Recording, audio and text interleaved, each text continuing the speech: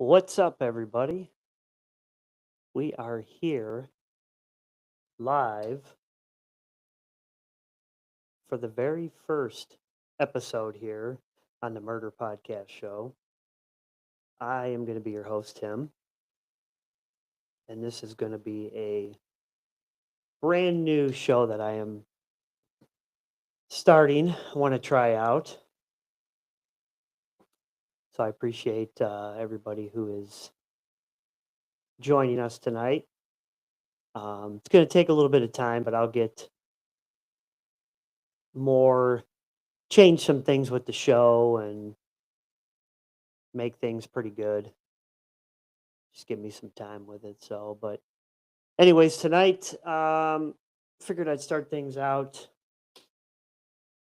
with the serial killer Matthew Hoffman, also known as the Girl in the Leaves. There's a couple of books that were written about it too, as well. But um, this was actually in Ohio, which is where I'm from. And this guy's got a crazy past. He was born November 1st, 1980. And what he was known for was killing three people, 32-year-old Tina Herman, her 11-year-old son Cody Maynard, and her 41-year-old friend Stephanie Sprang. Um, and then he also kidnapped and raped Sarah Maynard, Herman's 13-year-old daughter. And it was over the course of 4 days, which is just really, really fucked up. Um, So the triple murders took place in Howard, Ohio. Police had traced the purchases. He had purchased tarps found at the scene. Walmart was where he had purchased them at. Go figure. You can buy anything there, you know. You can even buy caskets too, which is, I don't know if a lot of people knew that, but if you go to walmart.com, you can buy caskets there, which I guess is kind of weird, but why not get one when you're grocery shopping? So there's a couple of shows that are done on him too. And what's crazy about it, when he murdered the three victims, he dismembered them and then buried them in a hollow tree, like a big oak tree, which is like, damn, dude, you know, because you hear of different serial killers and stuff like that. And, you think a lot of them do the basic, they kill somebody and a lot of them, they'll leave them there at the scene. But it's weird too because they wanna leave their own mark in some way. Most of them do, Zodiac Killer and the different ones, they leave their mark. And this guy, he dismembered them and buried them in a tree, which I guess it took him more time to find them that way, but it was a 60-foot tall hollow tree. The family was later reported missing in 3 days. They had a 3-day search for the 4. Hoffman became a suspect when the items uncovered in the house, large tarp, of course, large garbage bags, were found to be purchased from the store. And then they reviewed video footage of him buying those items and leaving the store as well in his own vehicle. Um, and they went back and found that in the motor vehicle records too, as well. And it also came out later that he had been stopped by police in the area where Herman's truck was found and had been released after being questioned as to why it was in that area. And then finally, on November 14th, detectives raided his home and he was arrested. Sarah was rescued. He was keeping Sarah, who he had raped over a period of 4 days. He was keeping her in the basement. She survived it, which is The Girl in the Leaves, the one book that I have. It was actually, some of it was written from Sarah Maynard and Larry and what they witnessed. during it, which is pretty wild. I haven't read the book yet, but I definitely am going to. But yeah, so it's thank God they got him, and he didn't exceed. I mean, it's a shame, it's a sad that he killed those 3 and then did what he had done to Sarah there in that basement over a period of the 4 days. Um, but at least they stopped him when they did before it progressed in any more. Of course, too, I don't even know if it would be considered he'd be considered a serial killer because I think the way they do it is when they kill 5 or more, then they're considered that. So, tech like borderline, he wasn't serial killer, so they stopped him, which is good, thank God. So, yeah, it's crazy. He was born in Mount Vernon, Ohio, which not too far from me, probably about 2 hours, maybe hour and 45 from where I'm at.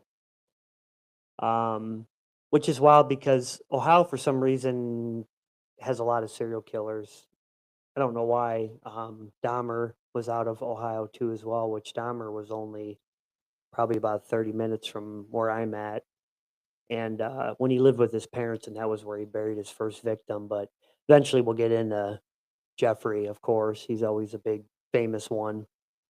Um, and then there was the Cleveland torso killer too, as well, which we'll definitely get into that. That's a crazy story for sure. But some of these shows that are out on The Girl in the Leaves, um, they did an episode on it in season 2 of Deadly Sins, which is titled Small Town Massacre. And then it's also in The Signs of a Psychopath too. Um, that's a good show. Both of those are actually really good. But there's not like a whole lot to cover on Matthew Hoffman. I mean, he did what he did, unfortunately. You know, he took 3 lives, innocent too, because if I remember correctly with him, he was, let me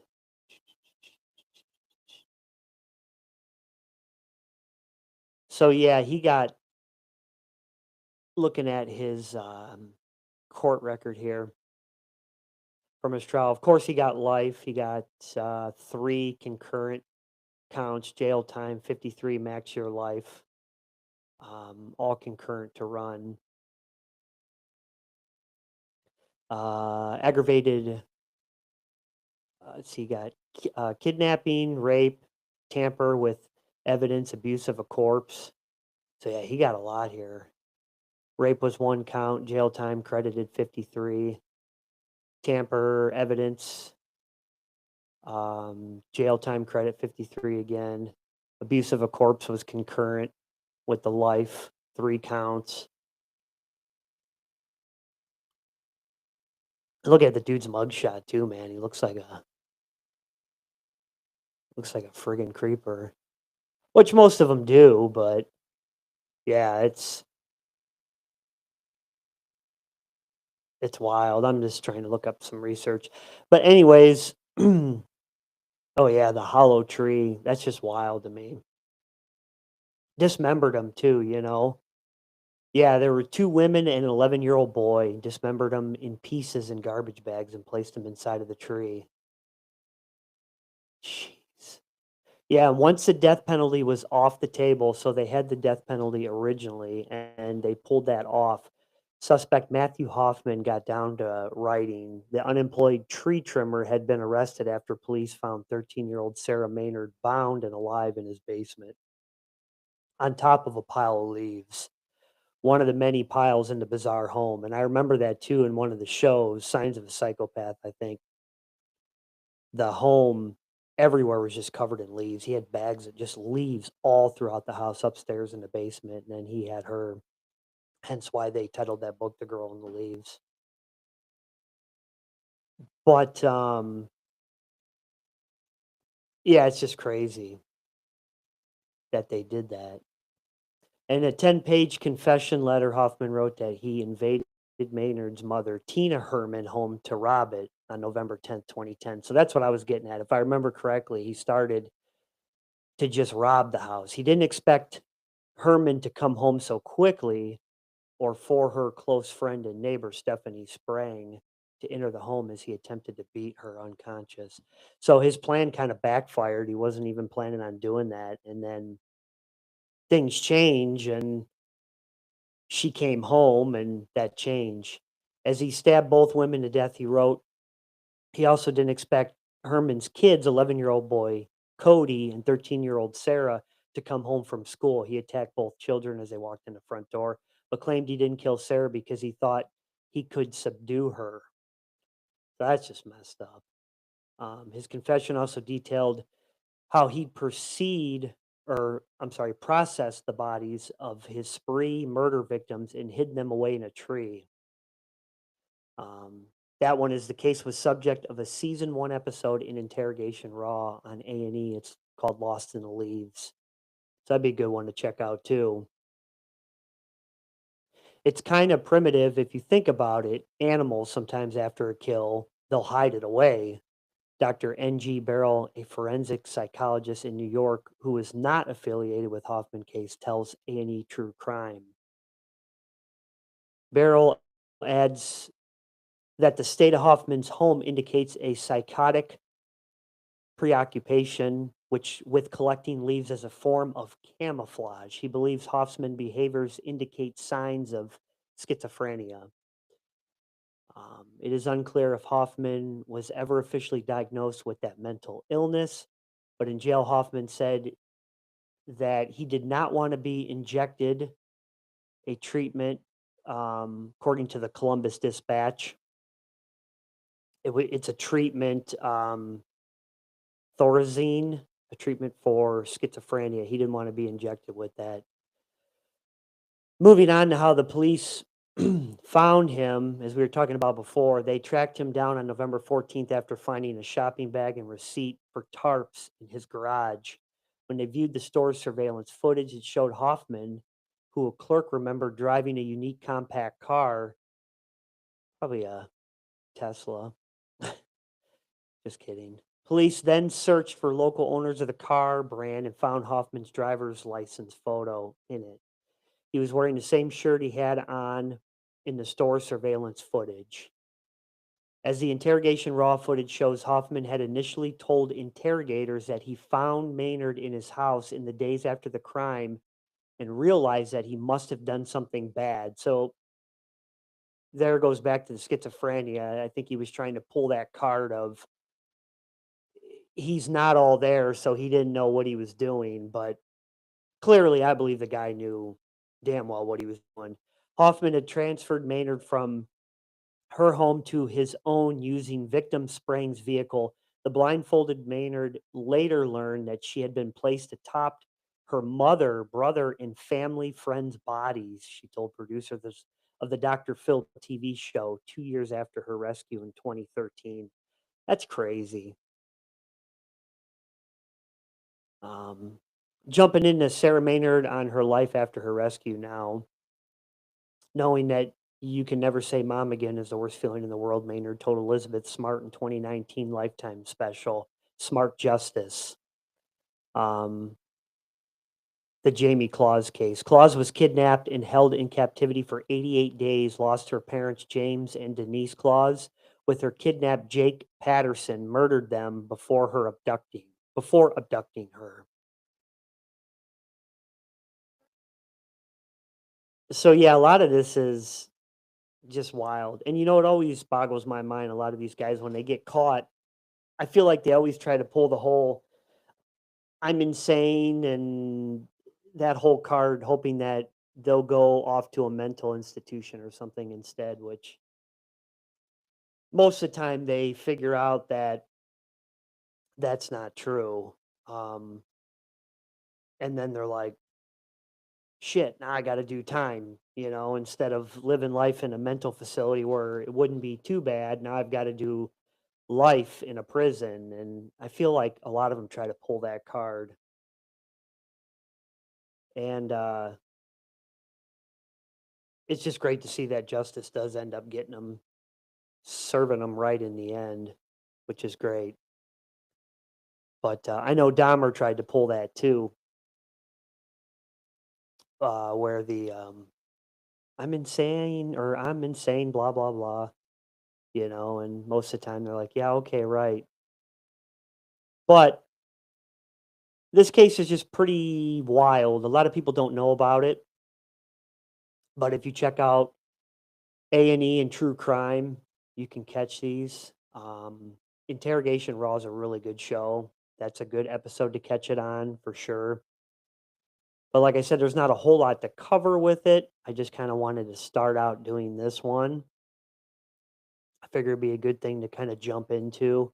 And then as we get further along, we're going to definitely get into some crazier stuff, of course. Next weekend, this coming weekend, I'm going to be traveling to visit some famous TikTok social media people, Vampira and Blood. And we're going to sit down with them, and they actually have a really cool story. Vampira has a serial killer known from back in the day. It's actually her aunt. So that's going to be a pretty wild story, and I'm looking forward to that. That'll be on Saturday. I'll put it up on here, schedule it so everybody knows, but that's going to be very cool. I got us out. If you can, subscribe to the YouTube channel here. And then we're on Facebook too, as well. Just trying to grow the channel. It's been a while since I've done podcasting, used 2 years ago. Now I'm trying to get back into it. So hopefully we can grow this channel and grow this show and have some fun. Like I said, over time, I'll gonna be adding all kinds of stuff. And then we're gonna be live streaming it too, hopefully in the next week or so. So everybody will be able to see in here. And for sure. It's gonna be fun. Looking forward to it. But anyways, I appreciate everybody jumping in here. I know it was a short one tonight, but that's all right. Very first one. So Matthew Hoffman, The Girl in the Leaves. If you get a chance, look it up. Find a couple of the shows they made on. I think they made some movies on it too as well. And Amazon too. Look up The Girl in the Leaves book. Best-selling author Robert Scott, like I said, along with Sarah Maynard and Larry Maynard. So Sarah, that was abducted and raped for those 4 days, she wrote this book too. What young Sarah witnessed was terrifying, but she didn't see what she didn't see was the stuff of nightmares.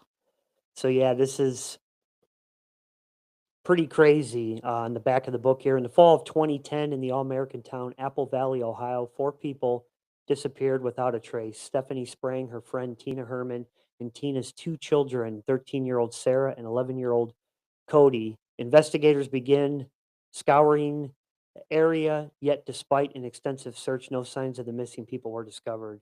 On the fourth day of the search, evidence trickled in the neighborhood. Weirdo Matt Hoffman, a police SWAT team, raided his home and found an extremely disturbing sight.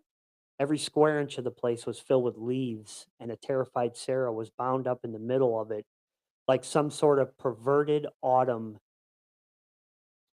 But there was no trace of anybody else. Then came Hoffman's confession to an unspeakable crime that went beyond murder and defied all reason. His tale of the evil would make Sarah's survival and rescue all the more astonishing. A compelling tribute to a young girl's courage, her fierce determination to reclaim her life in the wake of the unimaginable wickedness. So, yeah, this looks like a pretty good book, definitely. But yeah, once again, I appreciate everybody jumping in here. We are the Murder Podcast Show, and I'm going to be your host throughout this whole entire fun journey, Tim. And I'm going to have all kinds of guests and stuff on throughout the shows, throughout the time. It's going to be fun. Like I was saying, this coming weekend on Saturday, and I will post it on the YouTube channel here. I'm going to be meeting with, they're famous on TikTok and Facebook and social media, Vampira and Blood. They're very cool. I've got it posted on the Facebook page as well. I'll post it on the YouTube channel. But they're going to be telling us a really cool serial killer story. Vampira's aunt was a serial killer. So look forward to that show. It's going to be Saturday sometime. I'll figure that out. I'm going to be sitting down with them in their living room as we dive deep into that. And she's never really told anybody about it, Pyra. So it's going to be pretty cool. So for sure, check that out. But if you get a chance, like I said, subscribe, like, follow us, share the word on the show. Let's get it out there. We've already jumped up subscribers a bunch just overnight. And help us spread the word and have some fun with this show. That's what we want to do. So, anyways, thank you everybody for your time. And we will see you on Saturday's show. Have a good evening.